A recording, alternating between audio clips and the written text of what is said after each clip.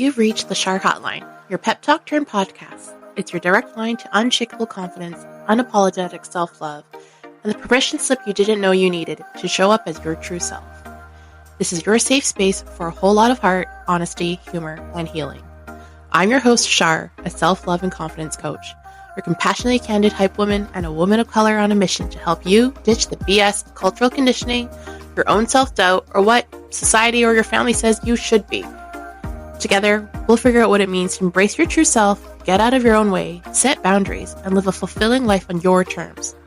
Whether you're a recovering perfectionist, overcoming people-pleasing, here for the listeners' questions, or getting some actual tools, join me to feel seen, heard, and empowered. Tune on in and learn to love yourself first, always. Before we get started, I want to give you a quick heads up. In this episode, we'll be touching on topics which might be sensitive or triggering for some listeners. Please take care of yourself as you listen, and feel free to pause, skip ahead, or come back when you're ready. Your well-being is always a priority, and if you need, please feel free to reach out at hello@charwongrichardson.com. Welcome back to the Char Hotline. I have a very, very special first guest, and it's Ressel, a transformation coach and belief code practitioner. She's my life coach. She does energy healing, energy clearing, and readings, and it's just a beautiful human who's doing amazing work in the world. And we met through Hey Boo and truly just wanting to support each other and uplift each other. I personally, selfishly, just want her to take me under her wing. She is just amazing. A mama and a badass. And you know what? I want you to just kind of give everyone, the listeners, a highlight summary of who you are. What do you want them to know about you as we jump into today's conversation? Thank you, first of all, for having me on your podcast. Your first guest, what an honor. Who I am, I'm no different than you. No different than any other person that is listening to this. But what makes me extraordinary is that I chose to live a life I love. And so what I do as part of my life and transformation work is I noticed, because I've been coaching for the past almost 11 years now, right? And what I noticed is there was a gap. I could give the tools to my clients, right? We could create action steps, but they don't always follow those action steps. So I really started diving deep into why. What makes them different over those other people that have been coached and that they're accelerating, right? But they're not. They're staying stagnant. And I recognized that it was the fears that were really controlling their situation. So I started exploring the quantum physics of it and tapping into the subconscious beliefs. And that's when I got certified in emotion code, body code, and the belief code. And once I started implementing that in the coaching, every action step that they were supposed to take, it's done, right? Because if they didn't, guess what? That following week, what we would be healing is that. But the biggest thing is, I believe that I could live my best life, right? I believe that I was worthy of that, but it wasn't always the case. In the beginning, I really doubted that I could ever achieve that until I started healing myself. And now, really, literally, in a matter of probably 3 to 6 months, my world changed. That's beautiful. I could have you on the show forever, which, I mean, we might be. There's some collab coming up, maybe. But why I really wanted you on the show for February, for Love Month, which I love and hate this Valentine's Day thing, because we commercialize it, my DEI pedestal. But I wanted you to talk about self-love, of course, but in the context of breakups. Mm-hmm. When to know when to leave, and then how to heal after a breakup. Yeah, absolutely. That's why I thought I'd really want you in live, because I think a lot of people can resonate with that. And you and I have talked about this, right? We have to have that foundation of self-love as an individual to then attract the right partner, and then also then to show up within relationships to ourselves, with others, romantic or platonic, as our true selves, because then we can advocate for ourselves and not let fear hold us back from communicating our needs. Right. So tell us, you have a very powerful story, so I would love to share your story. Yes, absolutely. So, gosh, when was this? I was been married for quite a while. This is actually my second marriage. My first marriage, I'm going to be very honest. As you can see, I'm Asian. right? Shocking. I'm Filipino and I'm not a nurse. That's even more shocking. And from an Asian background, maybe you can attest to this, is your parents, they mean well, right? But there is a sense of wanting to have control over you, control over your life, control over your choices. And I got married for the wrong reasons. I got married so I could leave. So I could leave my home, so that I could be out from underneath my parents' thumb, right? And so that marriage didn't last more than maybe 5 years. But out of that, I was able to have 2 beautiful sons from that. And I was a single mom for quite a few years. And then I met I'm going to call him my future ex-husband. Because we are separated. And that's kind of a weird thing, but we are in that process of going through a divorce. And when I met him, I was a different person. What I wanted to have was a life that I thought I wanted at the time, which was, again, I'm going to age myself, like the times of the Brady Bunch and Leave It to Beaver, right? I wanted to be June Cleaver vacuuming the floor, wearing her pearls and her hair all beautiful, right? Because that's what I wanted, because I didn't live that life. I grew up very, very poor. And when I say poor, I think Oprah says we were po, right? We had like nothing. So to have that kind of life, I would have loved to just be a stay-at-home mom. And my future ex-husband, he was able to give me that. Right? And what I learned over the years, because we were married for, long time, almost 20 years. Wow. And I started to evolve. I started to change, because there was a point where my kids started growing up, right? And going to college, and they didn't need me as much. And the label that I put on myself was mom, right? Like, you know this, you've got kids too, right? And when that label of mom gets put away, who are we in the end? We start searching. We start understanding, what am I here to do? And I realized that I poured so much love into them and my family that I didn't pour enough love into me, right? So when I started embarking on that journey to really understand who I was, who I am, and started loving me and pouring back into me, I started to elevate and I started to change. I started my transformation, right? My heroine's journey. And unfortunately, my future ex-husband didn't want to do the same. He liked where he was at. And there's no judgment, no criticism over that, right? And as I started my spiral of becoming, I noticed that our connection was further and further apart, right? And there were moments where I would stop my own growth because I didn't want to leave him behind. And I know that there's a lot of people that do that, right? I'm sure you've done that. And when I would stop my growth, I started to resent him. I started to say, you know what, I'm holding myself back because you're not growing. And so there was a lot of anger towards him. And there was, I decided, I'm going to keep moving forward because I got to love me first, right? I got to put that oxygen mask on me, because if I don't love me first, I'm not going to be able to love on anyone else.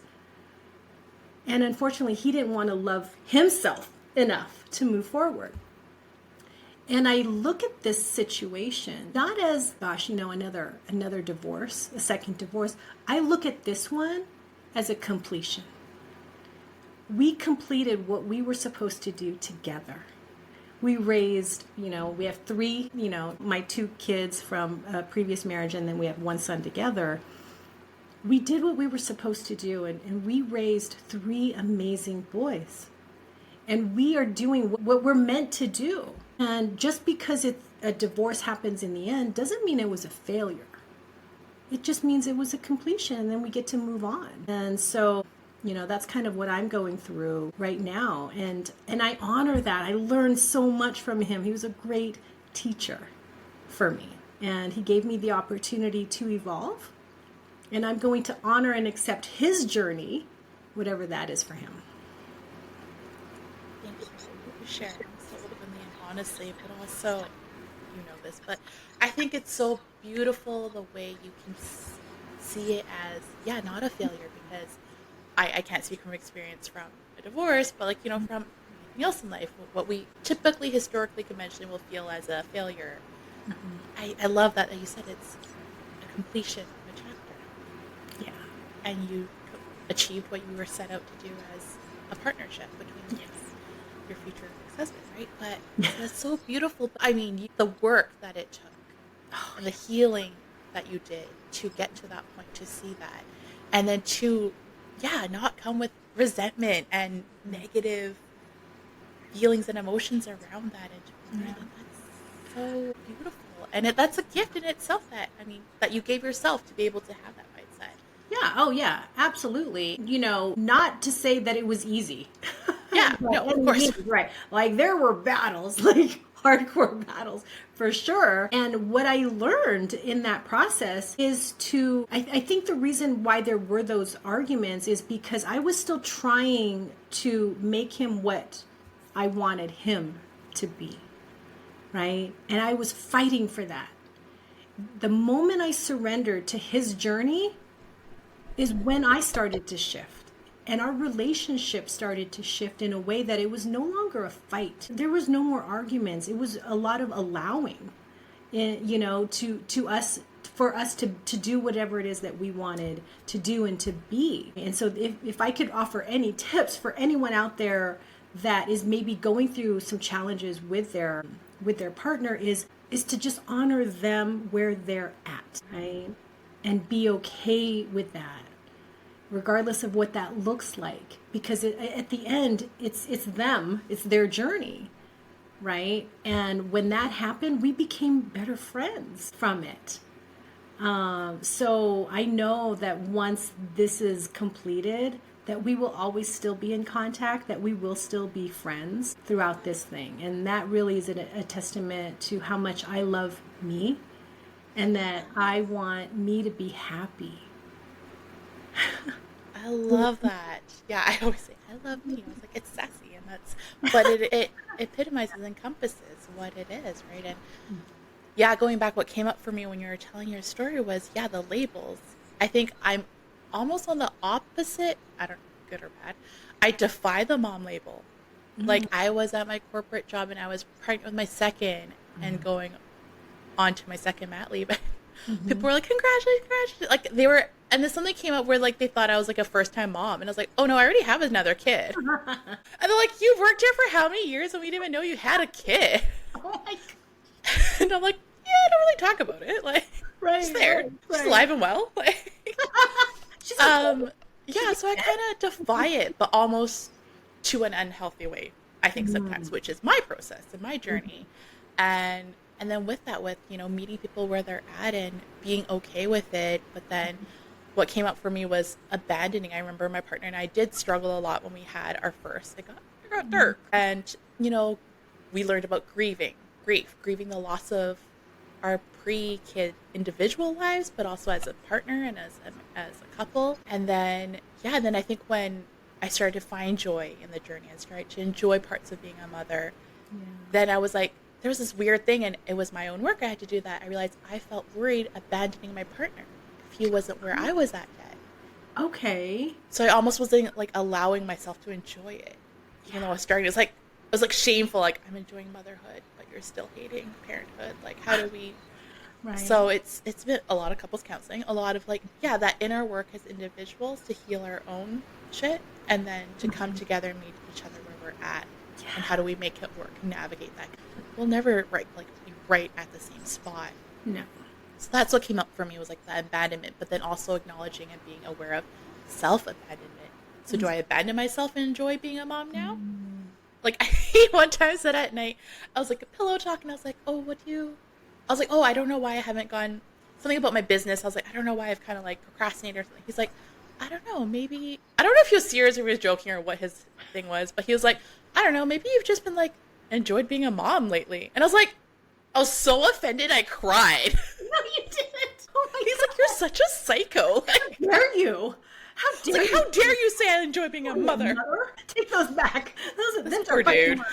the like ups and downs of my So life. funny. Oh my But God. right, like the self abandonment too, right, is a big piece within that self love Yeah. and relationships. So I want to go like I love that story. Appreciate you sharing that you had to take care of you. Yeah. How are there like key moments or incidents or catalysts that you can think of when you knew it was over? Like a 20-year marriage. That's Yeah. yeah, like Here's the thing was there really one catalyst? I don't know. There were always red flags throughout the whole thing, right? And I just had a conversation with somebody about red flags and how we try to justify those red flags, right? Because we so badly want to hold on to something that we ignore those red flags. And I think where it started for me that I can remember is, because probably about 2 years after my third child was born, I had a miscarriage. And it was my first one. It was rough because I say her because I really felt that was my daughter, right? Because I have three boys and I was like, this is going to be the little girl, right? And I carried her for about almost the first trimester. And I remember on Thanksgiving Day, I started bleeding. And fortunately, in my family, there is a nurse, and she was there at Thanksgiving dinner, and she saw I was having a miscarriage. And it was bad. I'm not going to give all the gory details, but I lost her and I was grieving. I was grieving that loss. And even though, not even completed my first trimester, I think I was probably like 2 months into the grieving process, and I didn't have anybody to talk to at the time. But I remember him saying to me, it's been 2 months, you need to just get over it. And I was mortified. I was like, you're telling me to just get over this, right? Like, maybe you don't understand what women go through. It's a lot of hormones going on, right? And that really stood out for me. And when he said that, I started to question the relationship and ask, is this how I want to live my life? Where I don't feel seen, where I don't feel heard. And no judgment on him, right? Like he's got his own thing that he went through. We all have our own traumas, especially as Asians, right? More traumas what than did I saw somewhere once is like Asian parents don't charge us rent to live in their house, but they charge us in trauma because in the therapy you're gonna have to pay for later. exactly. There's a cost to that. Just pay the $900 that they want, or whatever that is. Just pay it because they're gonna get the money they're gonna get it from you somewhere. And so he's got, he had his own upbringing, right? His own challenges that he went through, and probably because his parents would say the same thing, like just get over it, like move on, dude, right? Like you're a man, get over it, just man up. And I thought, you know what? No, this doesn't feel good. It doesn't feel right. And I think that was really the pinnacle moment where I chose to recognize those red flags and do something about it. And so for many years I just kind of went with the flow. Right. I did what I was supposed to do, show up as, the wife or the mother, but still I wore that mask. I wore that mask. I wore that label. And then maybe probably 3-4 years ago, I'm like, F the mask, just took it off. And he was not happy with that because he wanted me to stay the same. He wanted everything the same, but I didn't want the same. I wanted better, right? And I was willing to give up the good for the great, and he didn't want to do What did that look like when you took the mask off? What did that look like and show up as? that. That was rough because there were moments where I would put the mask back on, right? Because it got too hard and I didn't like the fights, right? Mm. So in the beginning, when you first take that mask off, it's scary. And then that fear, those paradigms show up like, oh, can I really do this? Is it really safe to be me? that kind of thing. And so I'd put the mask back on and take it off, put it back on, right? It was this dance with the mask. And then at one point, I just said, you know what? I don't want the mask at all. And we're going to go through those moments. We're going to go through that spiral where we step in and out of who we truly are, right? But the more you feel out of alignment, the more you want to stay in alignment. If that makes, it's that contrast, right? It's that feeling where it feels, in the beginning, it felt yucky to not wear the mask, but now it feels even yuckier to wear the mask. Right. I don't know if that makes any sense, if I'm even saying it eloquently enough, but that's, hopefully you get my gist. Yeah, but there's like bridge between that, right? To get there, to feel that.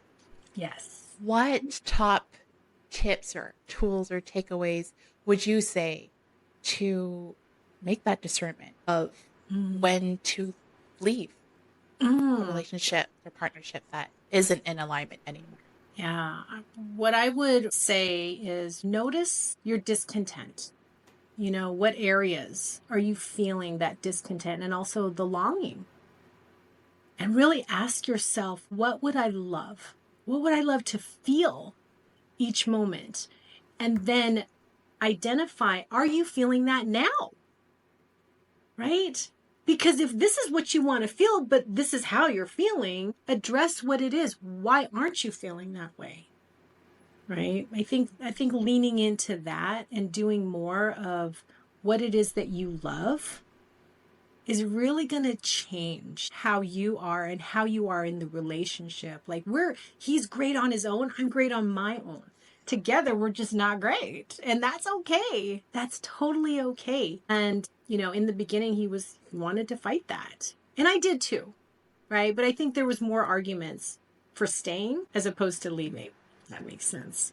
Yeah. So I think those would be my tips, is just really leaning into your longing, discontent, asking yourself what you would love, and asking yourself, why aren't you feeling that? Like, 'cause there's just so much safety, right? And I always think of like the fear of the unknown. Mm-hmm. And it's scary. It's scary. What if I never find someone? It's like, but who cares if you find someone or not? You have you. Exactly. You can give yourself that safety. Yes. I'm like on the opposite, not opposite, but like a different spectrum and season, and like my love story versus your love story, because I had gone through so many crappy dating relationships.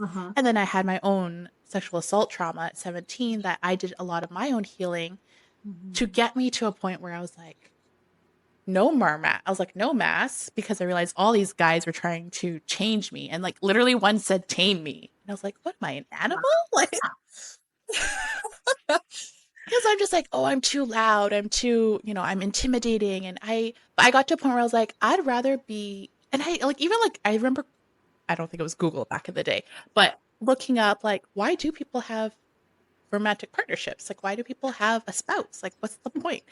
And I got to the point where I'd rather be alone and single, but have full control of my own destiny and happiness than to just have a man or a person, a partner, just to have them for optics or whatever it was, for like, a companion, but then not be seen and not be heard and not be truly me.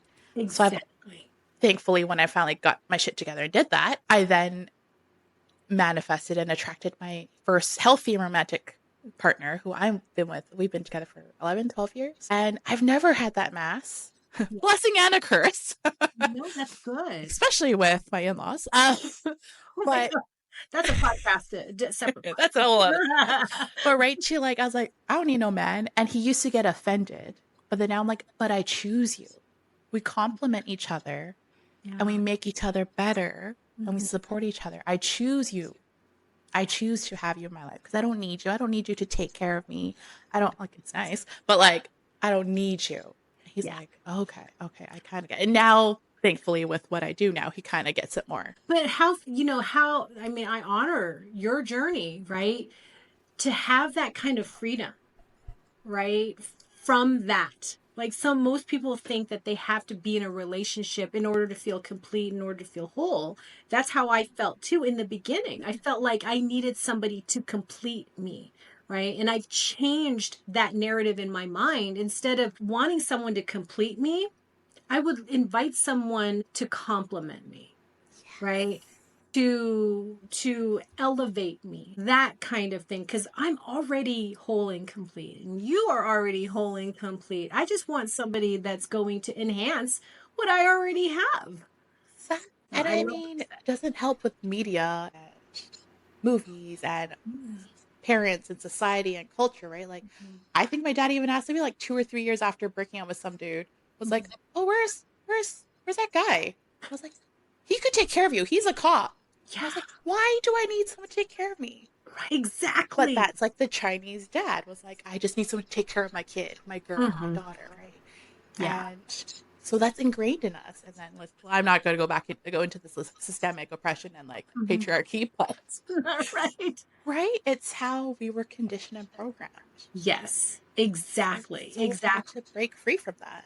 Yeah, and I see too, because I have an aunt, whatever, however you want to say it, an aunt, who has been single for many, many years, right? And whenever I talk to the rest of my family, they're like, "You don't want to be like Auntie so and so. She's alone," and I'm like, "I'd rather be like Auntie so and so, and then I get to make my own choices without asking for permission." Right. And that was a thing too, is I want to just do what I want. I just want to do me. I just want to do what I want to do when I want to do it and not have to tell anybody. Right. Because as a little girl, I mean, I had to raise my younger brother when I was like 5 or 6 years old because we were so poor that my parents had to work, a couple jobs.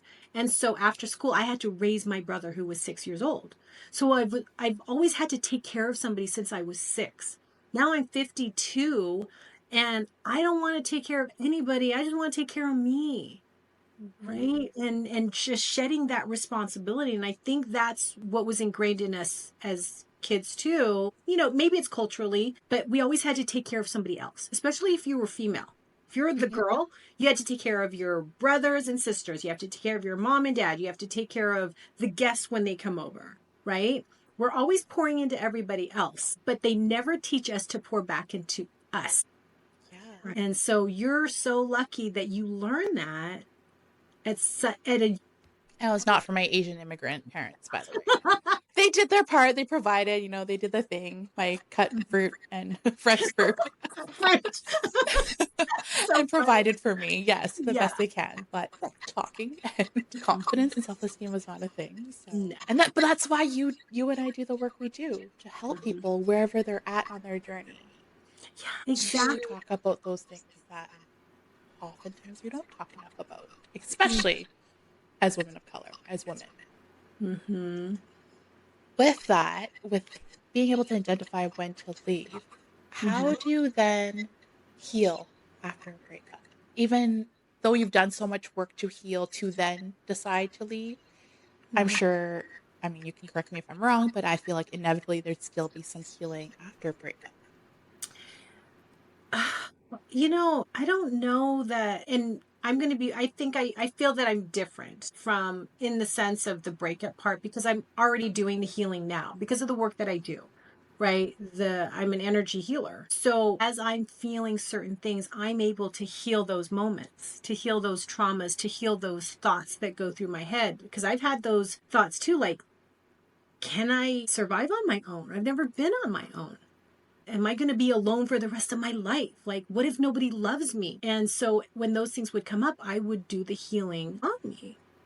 And I feel that there's definitely going to be a healing afterwards when I am sitting in my house by myself because our third son is gone for college. So not only am I going to experience the divorce, the separation, but also now the empty nest, right? Now I'm really going to be on my own.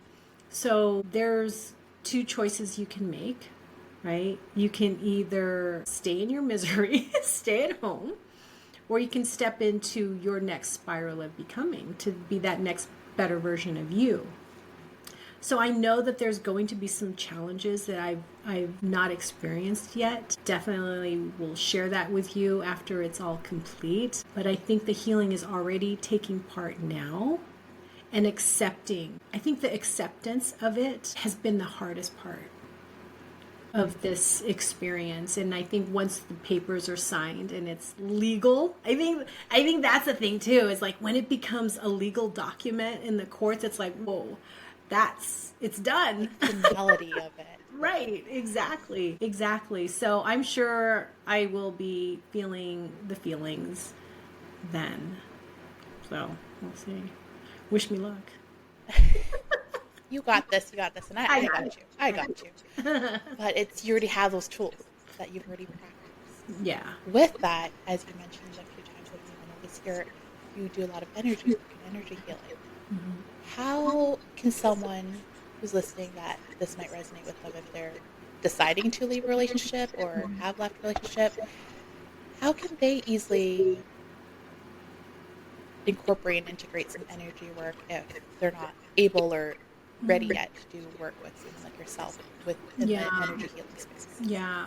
Well, and I don't know that, as far as energy work, just affirmations and really leaning into what it is that they would love to do, or who to be, right? Those kind of emotions. What I would recommend, and it doesn't have anything to do with energy, but just really writing what a healthy relationship looks like and feels like for you, right? And having that as a vision statement where you get to say, I'm so happy and grateful now that I am in the best relationship with myself. And always make you the priority. Love yourself first, right? And here's the thing is like, when you love yourself authentically, like for reals, when that person comes into your life, they're going to already be loving themselves too, because you're vibrating on that same frequency, on that same level, right? And so when you write that vision statement about this wonderful relationship that you have with yourself, and that you have this partner that enhances everything that you already have for yourself, you're actually going to be able to attract that person into your life. But whether he or she shows up, it doesn't matter. In the end, it doesn't matter, because you are already in your full power, right? And so that's what I would definitely recommend, is to twice a day, be the person that is in that loving relationship with herself, and you will find that person shows up so much faster for you. And for people who are just tuning in audio, like Ressel and I have the biggest smiles on our faces right now, because we both have embodied that.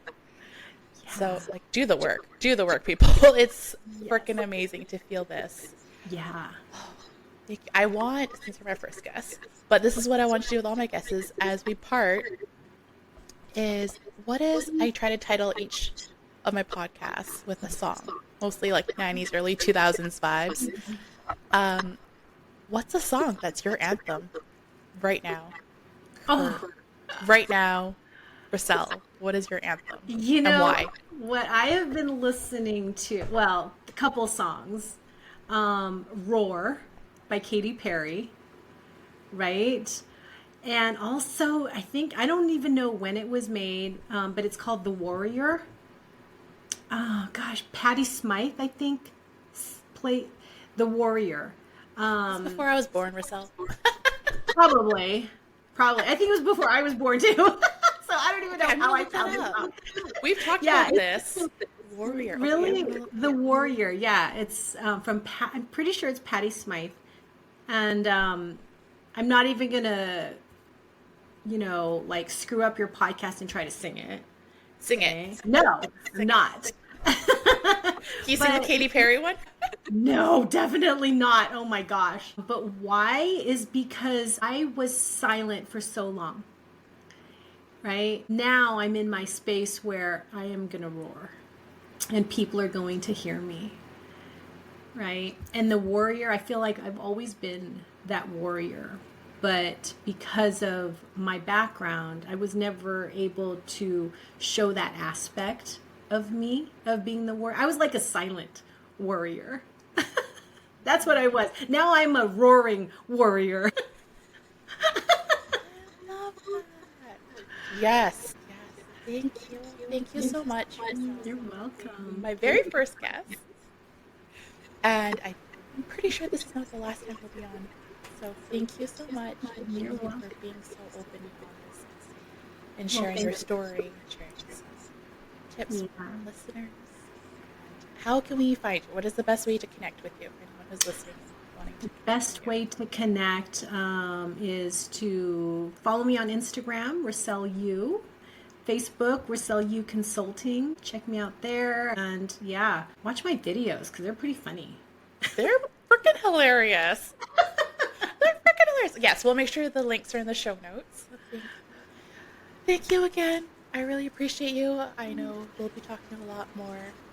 Thank you for tuning in, everyone. Thank Hear you you. and catch you on the next podcast.